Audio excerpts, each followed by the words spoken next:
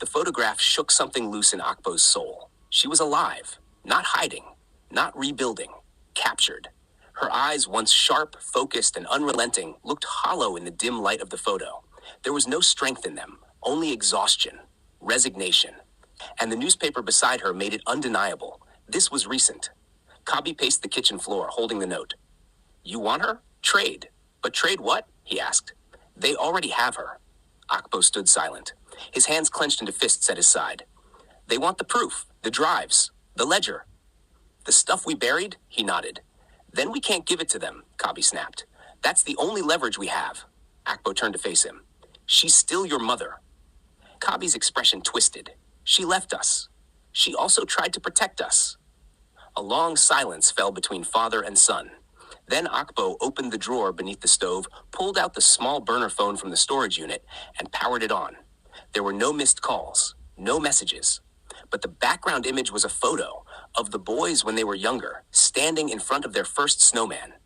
Akosya must have said it. Even in hiding, even in fear, she carried them with her. That night, Akpo didn't wait for instructions. He made a move. He drafted a single email to the contact listed in one of the USB files. The name was encrypted, the address masked through layers of redirection, but Akpo trusted instinct. Subject, let's talk. Body, I have what you want. I want what you took. 1 for 1. No cops, no noise. Attachment, one audio clip from Hotel Room 104. He hit send. It was a gamble, but silence would get them nowhere. Less than 2 hours later, the phone rang. The number was unlisted. He picked up. A man's voice answered. Smooth, low, coated in venom. You've been digging where you don't belong. I'm cleaning up after what you left behind. A pause. You think she's worth this? I know she is. The man chuckled. 1 for 1 then. You bring the case. We bring the girl. When? Midnight. Pier 6. Come alone. One mistake and she disappears for good. The call ended. Akpo exhaled slowly. Kabi stared at him. We're really doing this? Akpo nodded. Yes, but not without backup. While Kabi prepared the case, Akpo paid a visit to Grace, the quiet assistant who used to work for Akosya, the one who had refused to speak to him on the street. She lived in a basement apartment now, curtains always drawn. She answered the door after 5 knocks. I don't want trouble, she whispered, eyes darting to the hallway. They have her, Akpo said. Alive. I need to know what she was into. Grace trembled. She let him in. She was moving money? She whispered. More than she should have had. Martin gave her front companies accounts in the Caymans. But then she found something. Something they didn't want anyone to know. What was it? Grace hesitated, then pulled out a folder. Inside was a diagram. Names, dates, transfers, all pointing to a shell company based in Toronto. At the center of the web was a name Akpo hadn't seen before. T. Soa. She told me Soa ran everything. Martin answers to him. What did she find? A warehouse, Grace said. She went once. Disappeared 2 days later. Akpo took the file. She grabbed his arm. Don't trust anyone, and if you don't see her in person, don't make the trade. Midnight. Pier 6. Akpo parked the car 3 blocks away and walked the rest with the case handcuffed to his wrist. Fog rolled in from the lake, cloaking the dock in silence. A black van idled near the edge of the pier. Its headlights were off. Akpo stopped 20 feet away. The back doors opened. Akosya stepped out, alive. Her wrists were bruised, her eyes sunken, but she was standing. Then a man stepped beside her. Not Martin, someone older, grayer, dressed in black, the unmistakable presence of someone who didn't answer to anyone. Soa. You have it? He asked. Akpo held up the case. I want her first. Soa nodded. A man shoved Akosya forward. She stumbled toward Akpo. When she reached him, she collapsed into his arms. Don't, she whispered. Don't give it to them. They'll kill you. They'll kill you. That case has more than you know. Akpo looked at Soa. He had a choice. Give them the case and walk away, or run, and never stop. For 1 second, 1 heartbeat, Akpo considered handing over the case. It would be easy. Give them what they wanted, walk away with Akosya alive, end the nightmare. But he saw it in her eyes. The truth, the trap. Behind her, Soa was already signaling his men. One of them, the tall one with the leather gloves, started circling to Akpo's side slowly, like a lion that had cornered its prey. Akosya clutched Akpo's arm, whispering fast.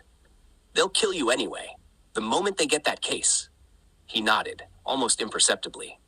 And then he moved. With the case still cuffed to his wrist, Akpo slammed his free elbow into the leather-gloved man's face. Bone cracked, blood sprayed. The man staggered. Akosya kicked another in the shin, and they both ran toward the shipping containers stacked at the end of the pier. Gunfire cracked behind them, screams, shouts. The van engine revved. They ducked between crates and barrels, weaving through the shadows as bullets sparked against metal. Akpo's heart thundered in his chest, but his focus sharpened. The key to this was distance. And the case. The cuff around his wrist dug deep as they ran, but he refused to let go. He and Akosya cut through a chain-link fence and bolted down an alley behind a fish processing plant. A man in a black coat followed, sprinting faster than either of them. Akosya threw a rusted pipe at his legs, and he tumbled into the side of a dumpster with a shout. By the time they reached the car, Akpo's hands were shaking, his side heaving with pain. They drove without headlights for 6 blocks, swerving through back streets and cutting into an underground garage that Kabi had pre-rented earlier that day. They sat in the car, gasping. Safe, at least for now.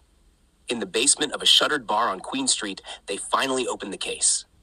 Kabi was already there, sitting with 2 burner laptops and a portable decryption drive. He looked at his mother, stunned but silent. She nodded at him, as if to say, later. First this.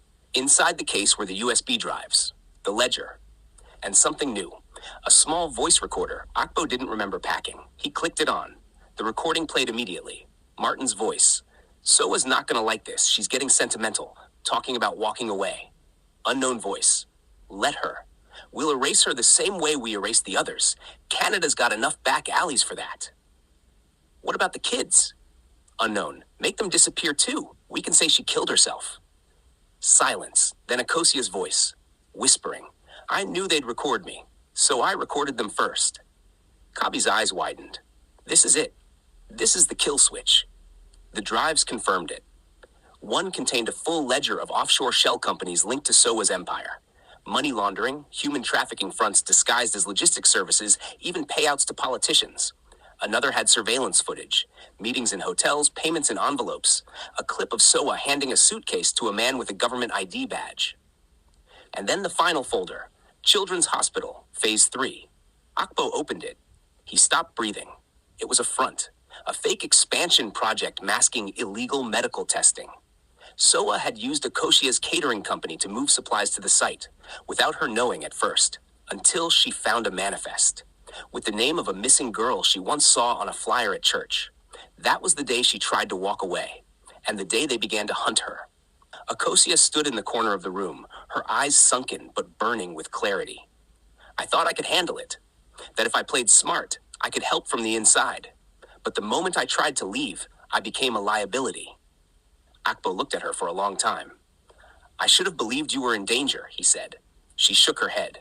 You protected the boys. You did more than I ever could. Kabi finally spoke. What do we do now? Akpo closed the case. We burn them down. The case was everything. A kill switch, a confession, a loaded weapon made of files, audio, and buried names.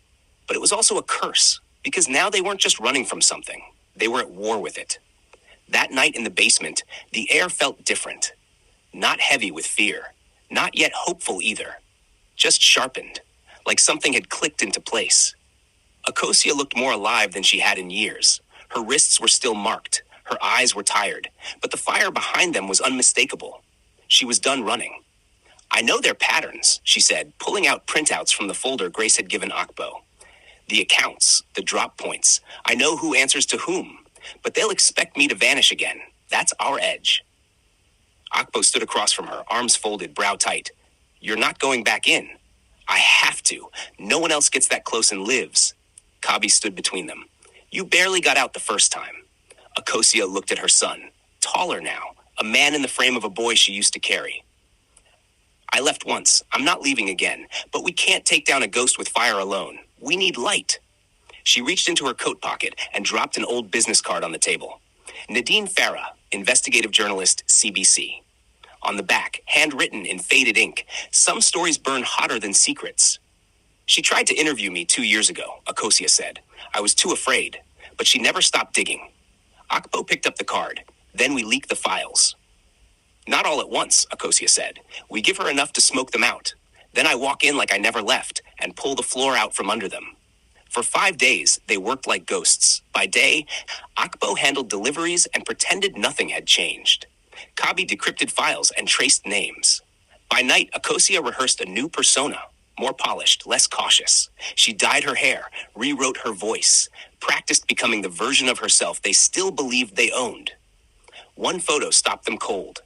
A city councilman smiling arms around a donor was the same man who once handed Akpo a ceremonial check at a city grant event. Another file linked funds to a church-run children's aid nonprofit. And another? A payout tied to someone in the immigration office who once signed their family visa. Soa's reach didn't just stretch, it suffocated. When Nadine finally met with Kabi, it was in a bookstore closed for renovations. She wore no makeup, carried no press badge. But when she clicked through the files on Kabi's laptop, her hands trembled. "Do you understand what this is?" she asked. "Enough to get us killed," Akpo answered quietly. "Then we burn them properly," she said.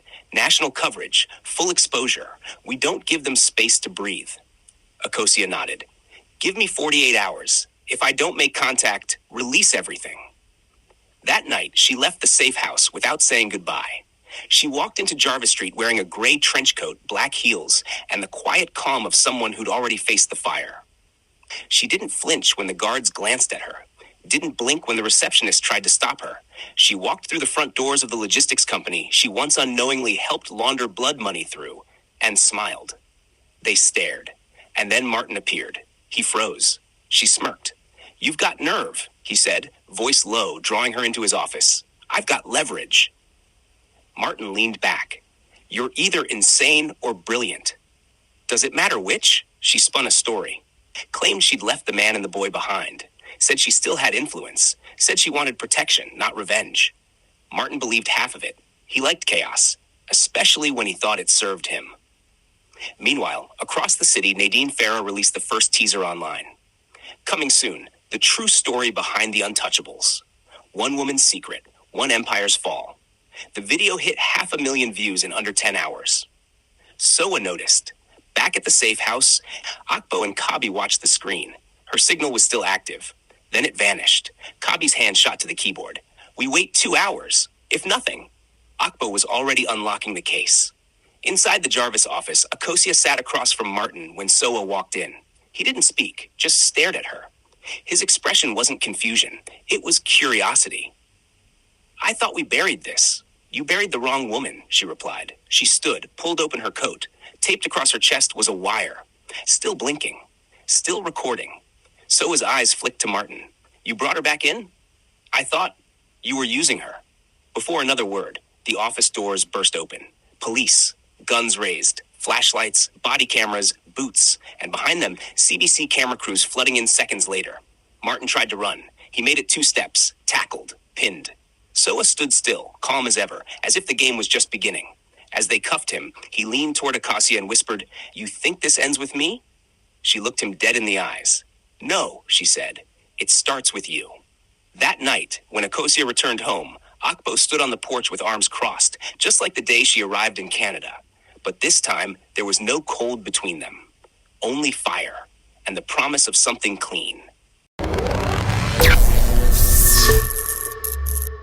Audio Jungle.